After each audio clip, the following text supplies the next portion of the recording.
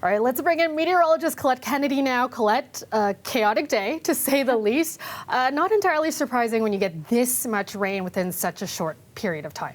Yeah, so the amount of rain and the rainfall rates really significant, obviously, but there were also some other compounding factors in here to really look at. So it was cumulative in terms of what we've been seeing, because if you take, for example, what happened before today, all right, so the 6 days leading up to today, including the storms from yesterday, but those were the wettest 6 days we've had in over 10 years, since 2013. If you include today, well, then it's the wettest 7 days we've had in over 100 years. But on Monday, we had a round of cluster storms, we know, so that type of storm that really puts down the rain, in a lot of rain in a short period of time, so the high rainfall rates. Today, it was round 2 of the same type of storms. Really hard for not just obviously the rivers, but the ground to be absorbing that much rain over this past week, but then over these past 2 days. And so it kind of tips it over that scale of the threshold of where it can absorb anything. And then not only were the water levels high that we know, and we can measure that in our rivers or streams,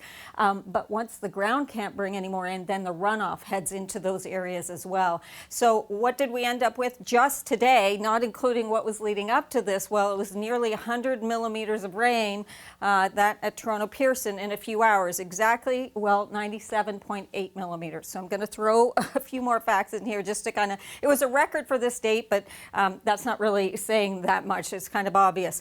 Rainiest July day? Well, no, the third rainiest July day we've ever seen, because many will remember July 8th of 2013, and that was when there was 126 millimeters of rain. So as far as the rainiest day ever, no matter what month it would be, we're coming in 5th for this day, and that's since records began. And a lot of folks, somebody was texting me about Hurricane Hazel just this past weekend because of what had been happening with Beryl moving through. So just to put that into perspective, Hazel was 121.4 millimeters of rain, and that was not even the rainiest day. Goes back to that date in July of 2013. That was the second rainiest day ever recorded at Pearson. This is a loop, 12-hour loop of what happened really between 9 a.m. to 2 p.m. for the city. I've put it on a slow rise here, as you can tell, but the cluster of storms, second cluster coming through, and then the back edge still. And so some of those rainfall rates weren't just 30, 40, but 50 millimeters of rain or more.